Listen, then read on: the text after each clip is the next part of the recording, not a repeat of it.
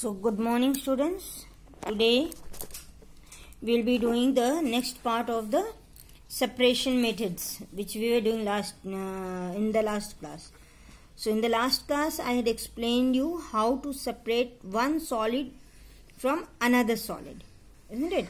And the different methods were threshing, winnowing, sieving, hand picking. These were the methods. I hope you have understood all those methods. Now let's come. Suppose what will happen if you dissolve if you have dissolved solid in some liquid or liquid in some liquid. How will you separate those? Those can also be separated, but the methods of separation are different. Okay. Now, I'm just reading this, then I'll explain you. Have you ever wondered why your mother soaks rice grains in water before cooking them?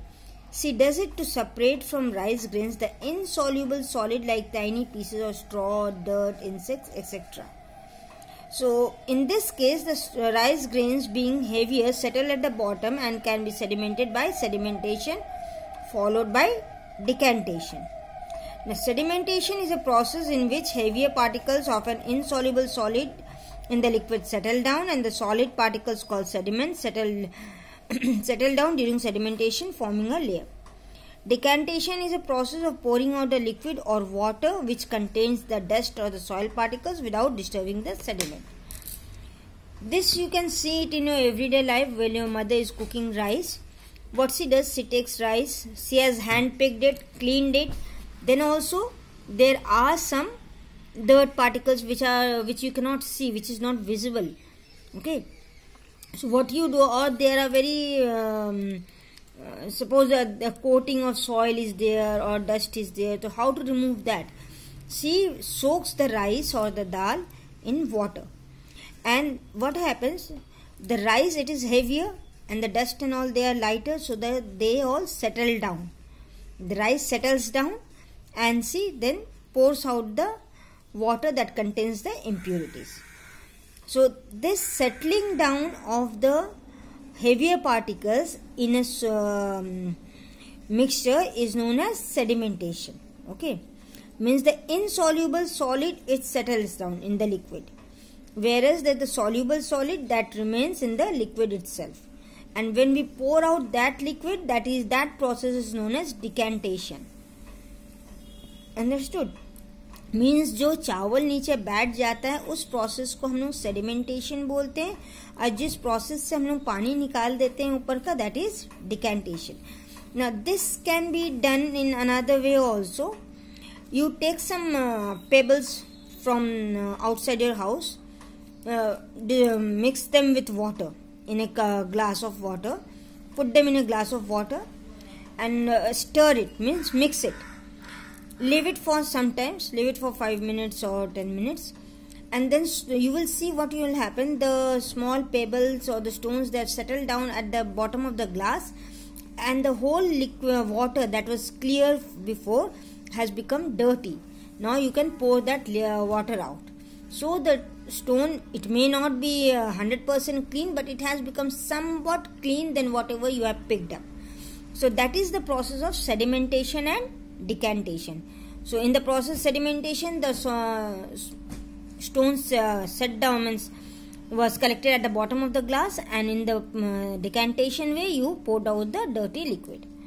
So this you can see, they have given an example here or an experiment here to separate sand and water from the same mixture. So it will be the same thing, but it will take more time because sand is also light, it's not very heavy. That's why I gave you the example of small stone or pebbles instead of sand. But sand and water can also be separated, but it will take little more time. That's all. So this was one of the process, sedimentation and decantation. Now let's come to filtration. Now filtration, it's more or less like sieving. So when we sieve the thing, we separated two different types of solid or two different sizes of solid. But in filtration, we will be separating an insoluble solid from the liquid. So this also you can do at home. Suppose you mix soil with 1 cup of water. then take a strainer or a piece of cloth, any piece of cloth. That cloth should be as thin as the hankies which you use. So, and then slowly pour the water through it. You will see water will be collected in the bottom of the container where you have placed the hanky or the cloth, and on the cloth you will be seeing that some soil particles are there. So this is the process known as filtration, where two substances are separated using a filter. Now that cloth which you have used is acting as a filter, okay, and the process is known as filtration. Actually, the filter papers are like this. These are filter papers, and you have seen a cone. You have seen a cone through which they put oil or kerosene in the smaller container from the bigger container. So you have to put that filter paper. The filter paper is round in shape. You make this in this form and then put it inside the cone. And then strain it out. That's the way how we do the filtration thing. See, this is the cone which I was talking about. Okay. It's also known as funnel. Cone because the shape is in a conical shape. That's why I was calling a cone. Other words, its name is, we call this as a funnel. Okay. So we put the filter paper in the funnel and then we do the process of filtration. So now I'm reading it out. It is a commonly used in our home. How do we serve tea?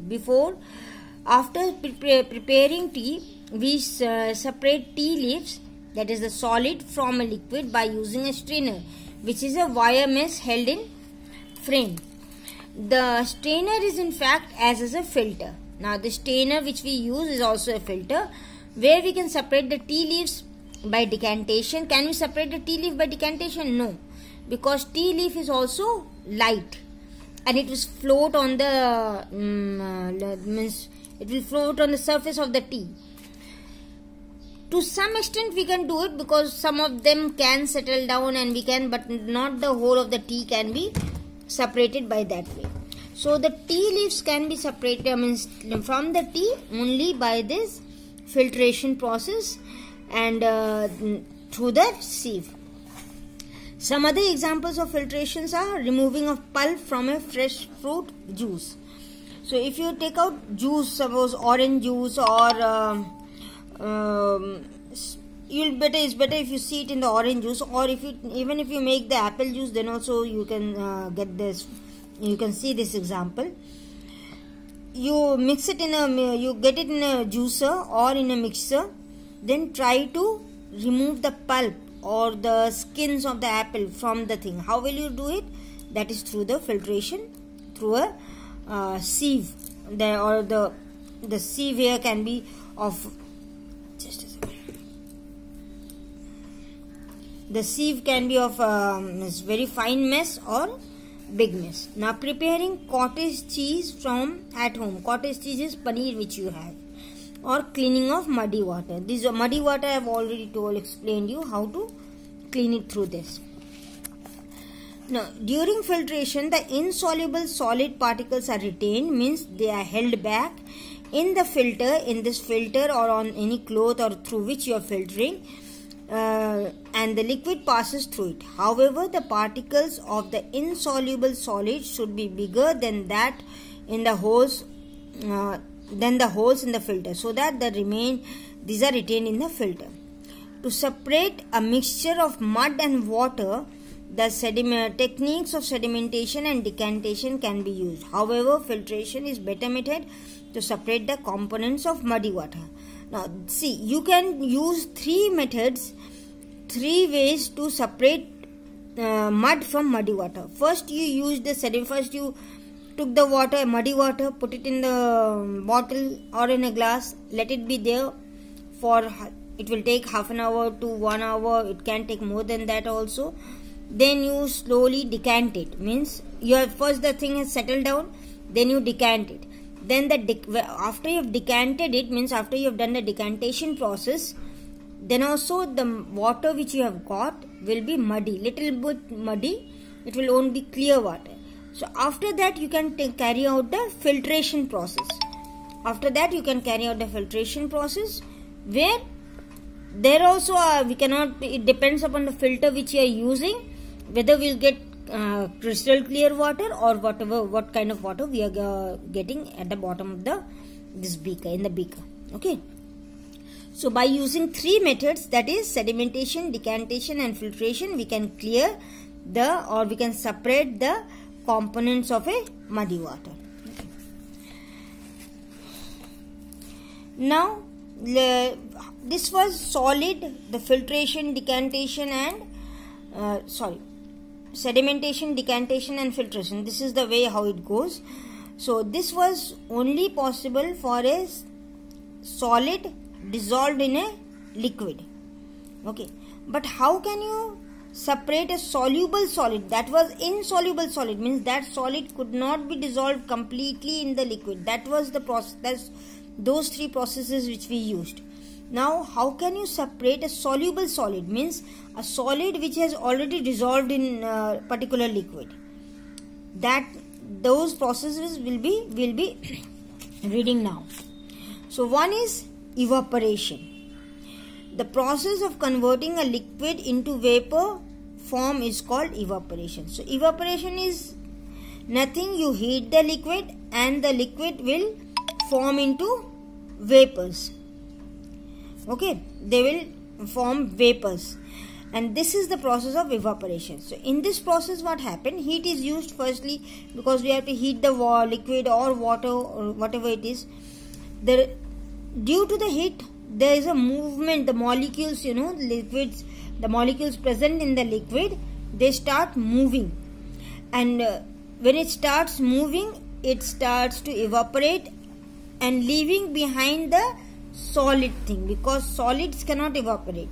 There are some exceptions where solids can evaporate, you don't need to know now, but the liquid from this solution, it will evaporate and leaving behind the solid, and so we can recover or we can get back the solid from this mixture. So where is this process used mainly? It is used to obtain salt. First let's go to the experiment and then I will be telling you the process of getting salt. To separate a mixture of water and salt by evaporation, okay, they have given the same method. Take a beaker containing some water, add a teaspoonful of salt in it and dissolve it with a glass rod. Keep the beaker on stand and light a spirit lamp under it. Spirit lamp means if you want to do it at home, you can put it on a gas, or spirit lamp is a type of burner thing which you use in lab, means in biology lab or in chemistry lab. Let the mixture boil for some time. What happens? No water is left in the beaker after some time, only salt is left behind. This shows that the water has evaporated. So this is also used in the process for obtaining salt from the seawater. See, salt is obtained from seawater by evaporation. Seawater is allowed to stand in shallow ponds or pits. Water gets heated due to sunlight and slowly turns into vapor. Salt is left behind, but we do not consume it as it is. It is purified before consumption.